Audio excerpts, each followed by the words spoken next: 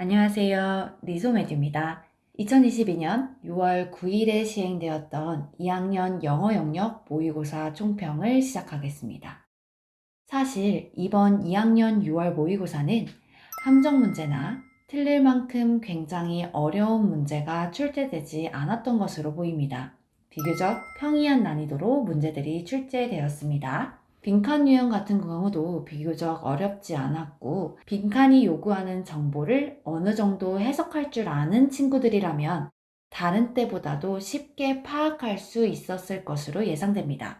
다만 문제에서 서술되는 부연 설명에 현혹되지 않고 핵심을 잘 뽑아야 하는 능력이 필요하기는 했습니다.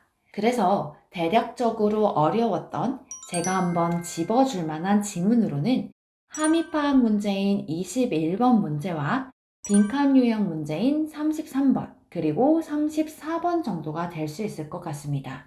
제가 EBS에서 확인해 본 결과로는 42번도 꽤나 오답률이 높았던 것으로 기억하는데요. 이 어휘 유형은 나중에 제가 따로 한번 푸는 방식을 정리해서 업로드해 드리도록 하겠습니다. 자, 먼저 21번 문제입니다. 이제부터 우리가 함의 문제를 볼 때 유의해야 할 부분이 나오기 시작합니다. 바로 밑줄 앞 부정어인데요.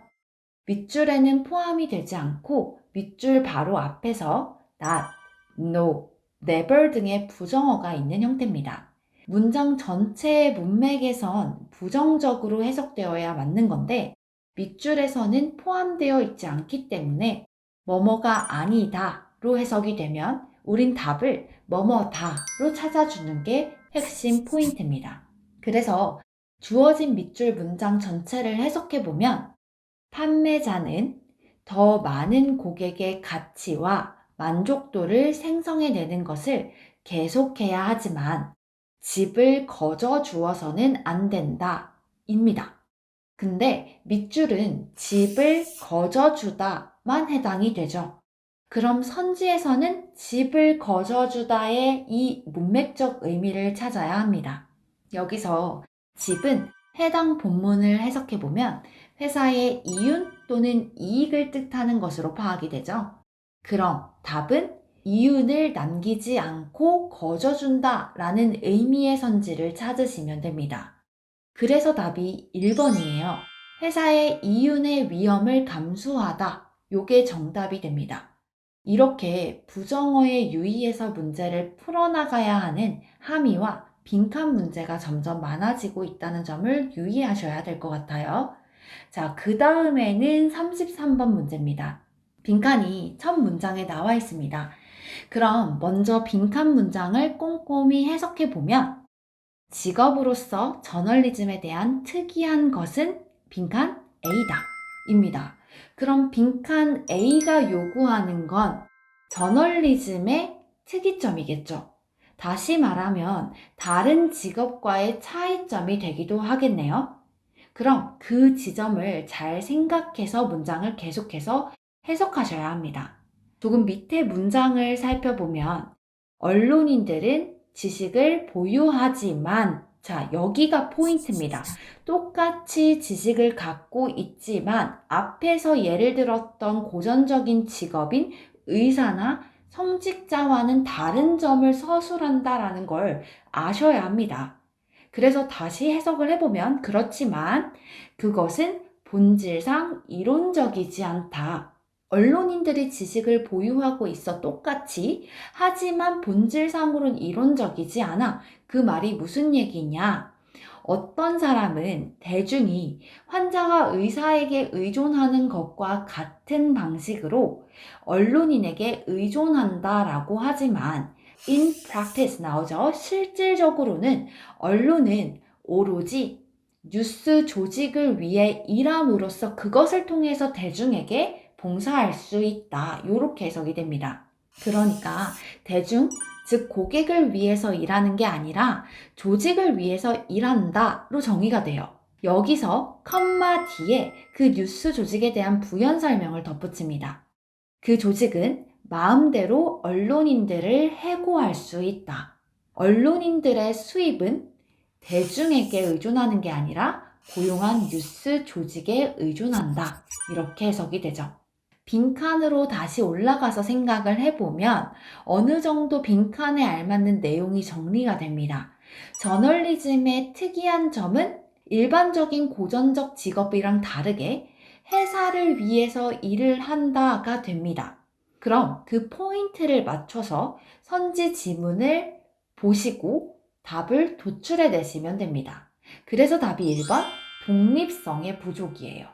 왜냐? 고전적 직업, 그러니까 의사나 송직자들은 본인들의 손에 의해서 수입이 도출되는 건데, 여기 제가 마지막에 해석했던 언론인들의 수입은 대중에 의존하는 게 아니라 조직에 의존한다가 포인트가 되는 거거든요.